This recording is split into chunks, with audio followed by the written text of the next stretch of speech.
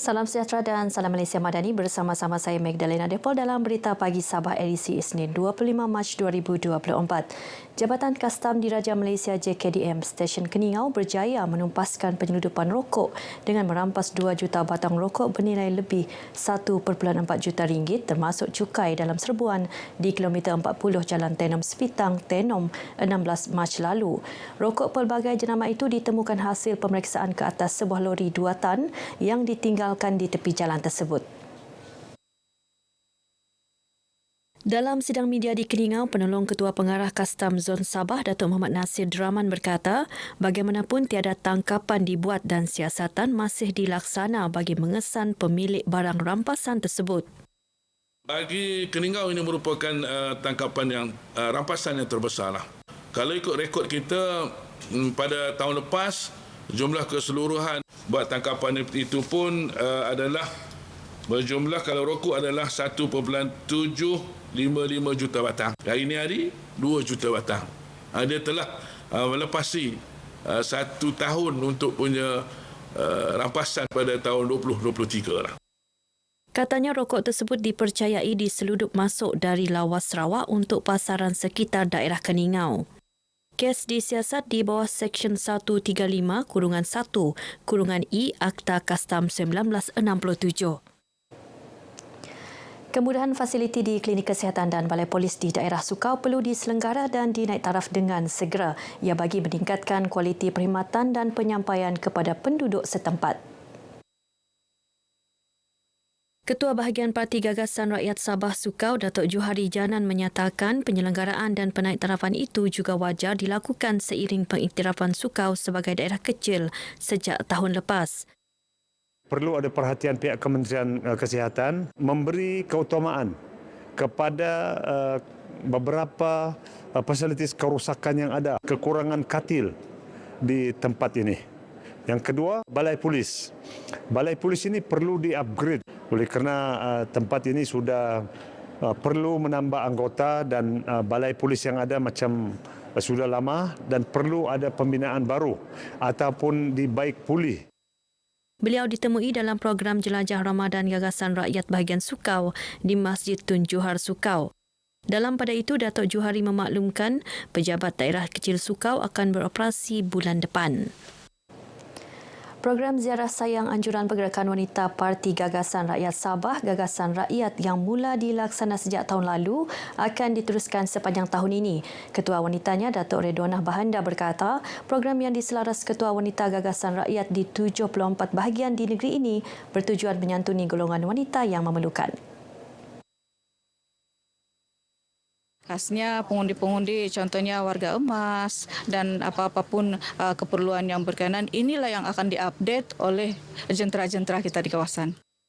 Beliau ditemui media dalam program Ziarah Santunan Kasih di Beaufort. Sementara itu, Ketua Pergerakan Wanita Gagasan Rakyat Klias, Id Farizah Ide berkata, pelbagai program dirancang untuk menyantuni pelbagai lapisan masyarakat dalam Dun Klias sepanjang tahun ini.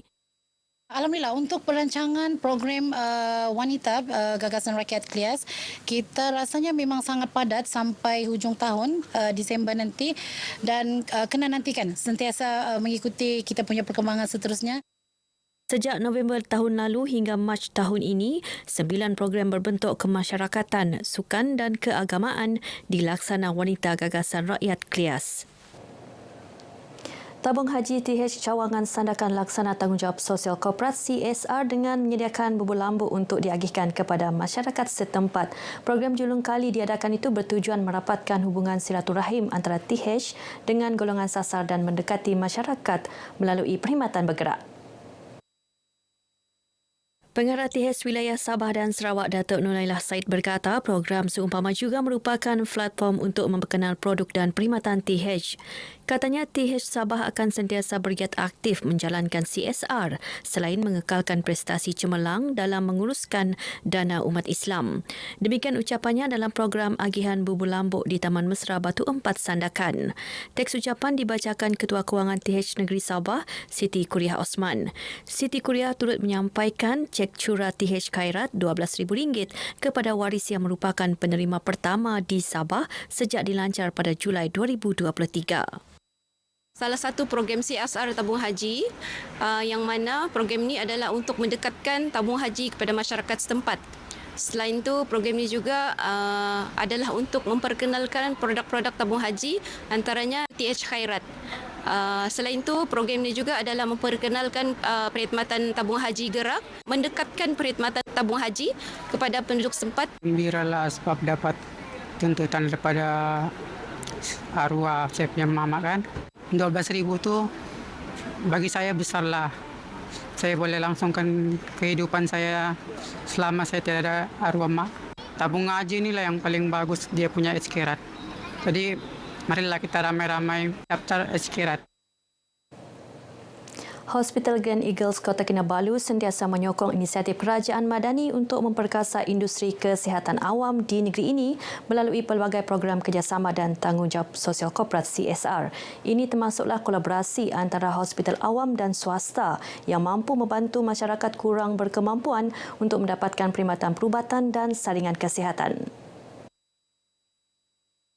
Ketua Strategi Korporat Hospital berkenaan Khairul Anwar Yusuf berkata antaranya program bersubsidi ujian mamogram sekaligus meningkatkan kesedaran orang awam mengenai kepentingan saringan kesihatan. Jadinya dengan melakukan screening ataupun saringan awal ini, kita dapat detect sesebuah penyakit itu dengan lebih awal, dan apabila kita dapat detect dengan lebih awal, kita dapat memberikan rawatan yang diperlukan. Jadi secara tidak langsung dia mengurangkan beban kesihatan awam di hospital kerajaan. Tambahnya, pelbagai inisiatif dan program CSR dirancang hospital sepanjang tahun ini, antaranya perkhidmatan ambulans secara percuma serta subsidi saringan kesihatan sebagai usaha memberi perkhidmatan terbaik kepada masyarakat. Beliau ditemui RTM dalam program Kasih Ramadan Agihan Bubur Lambuk dan berbuka puasa warga hospital tersebut serta anak-anak yatim Rumah Amal Kasih di Kota Kinabalu. Program yang dijayakan bersama rakan strategik ini mengagikan 1,500 pek bubur lambuk kepada warga kerja dan pesakit hospital, masjid dan orang awam sekitar Kota Kinabalu serta sumbangan baju raya kepada 32 anak yatim. 61 masjid dan surau dalam kawasan Dewan Undangan Negeri Dun Bingkor dan Dun Liawan menerima bantuan kewangan RM21,800 daripada Pejabat Pusat Khidmat Parlimen Keningau. Penyampaian bantuan itu disempurnakan Adun Bingkor Datuk Robert Tawik sempena majlis berbuka puasa di Masjid Nur Islam Kampung Binaung, Keningau. Sempena majlis ini turut disampaikan sumbangan 30 bakul makanan kepada golongan asnaf. Sementara di Kota Kinabalu, lebih 100 pegawai kanan dan warga Kementerian Kewangan Negeri menghadiri majlis iftar sempena Ramadan yang disempurnakan Menteri Kewangan, Datuk Seri Panglima Masidi Manjun. Dalam majlis ini, Datuk Masidi menyampaikan sumbangan kepada anak-anak kaki tangan kementerian.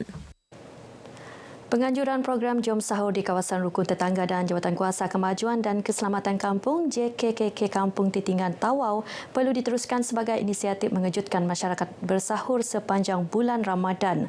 Program itu bukan sahaja mengukuhkan lagi hubungan silaturahim dalam kalangan penduduk, malah berupaya menarik golongan muda melakukan aktiviti bermanfaat. Pembantu Menteri kepada Ketua Menteri Datuk Nizam Abu Bakar Titingan menyatakan program juga bersesuaian dengan bulan Ramadan untuk meningkatkan amal ibadah. Dapat memberi kesedaran kepada semua warga kampung yang beragama Islam bahawa tanggungjawab kita untuk bangun sahur supaya kita mendapat keberkatan di dalam berpuasa dan seterusnya, dapat melakukan ibadah-ibadah sunat yang mana apabila kita adakan di bulan puasa ini pahalanya seperti kita melakukan ibadat-ibadat wajib di bulan-bulan yang lain. Datuk Nizam yang juga adun apas ditemui pemberita semasa menyertai program Jom Sahur di Kampung Titingan. Amalan tradisi Jom Sahur seawal 2 pagi itu akan mengelilingi kampung dengan membunyikan pelbagai alatan muzik beserta nyanyian dan selawat selama sejam. Paparan itu mengakhiri berita pagi Sabah kali ini. Menyusul selepas ini berita pagi Sarawak dari sungai hingga ke segara Palestin pasti merdeka.